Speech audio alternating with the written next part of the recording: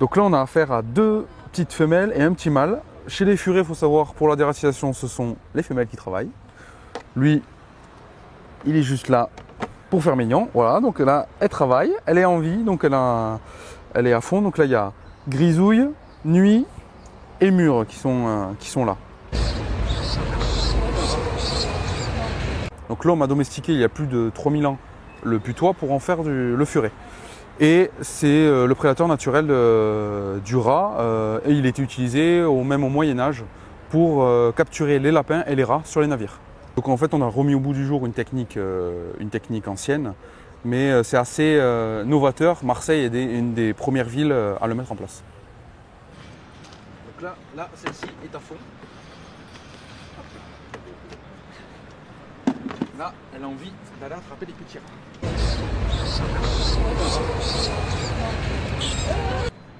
Hop, je prends le temps. Allez-y. Regardez. Vous me dites. Allez, en avant. C'est là. Voilà. Elle est là. Là. Là. Ouais, il y en a un qui est parti, mais...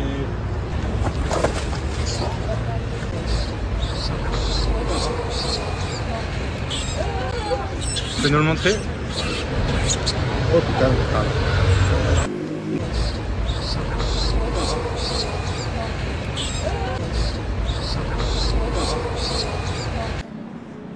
elle peut engendrer dans sa vie, au niveau générationnel, jusqu'à 2500 rats. J'évite qu'elle se prenne. Non, malheureux, non, pas dans le filet. Reculez, il y a un rat qui va sortir là. Là, il vient de passer là. Celui-là, du coup, il s'est pris dans le filet. Ok. Voilà, par contre, faut pas l'attraper à main nue. Hein. Vous voyez.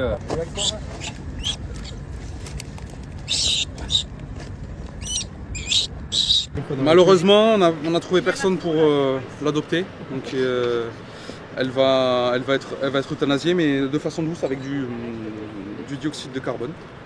Donc, c'est pour limiter toute souffrance animale. Vous me dites. C'est bon pour vous? Parce que ça sera en une fois. Hein. On estime un peu plus d'un animal par habitant. Ces animaux-là qui nichent, ils ont la source alimentaire à disposition, puisqu'il y a même des gens qui les nourrissent. Et surtout, ils n'ont jamais connu les égouts. Enfin, ils n'ont même pas besoin c'est une nouvelle on va dire, sociologie d'animaux, quoi. Et cette année, on a souhaité pérenniser l'opération et on va pérenniser dans les années à venir parce que c'est de la prédation écologique. Donc c'est important de ne pas utiliser trop de biocides en extérieur notamment, autant dans les assainissements c'est possible, mais autant en surface on peut générer des problèmes avec les habitants. Ah ouais, c'est très sérieux, on en a ras-le-bol, ils sont de partout. Bon, parfois ils viennent dératiser avec une substance, là, un pulvérisateur, super, pendant 3 mois il n'y en a pas. Et puis après ça revient sans arrêt. C'est-à-dire tous les jours on va à la boulangerie là, et on les voit de temps en temps, mais ils sont gros en plus. Hein. Ils sont énormes. Hein. Ma foi, ils doivent bien se nourrir. Mais je regarde. Je dis je regarde partout. C'est peut-être plus gros que les rats de Marseille. Ouais, je pense que les rats sont plus gros que ça. Hein.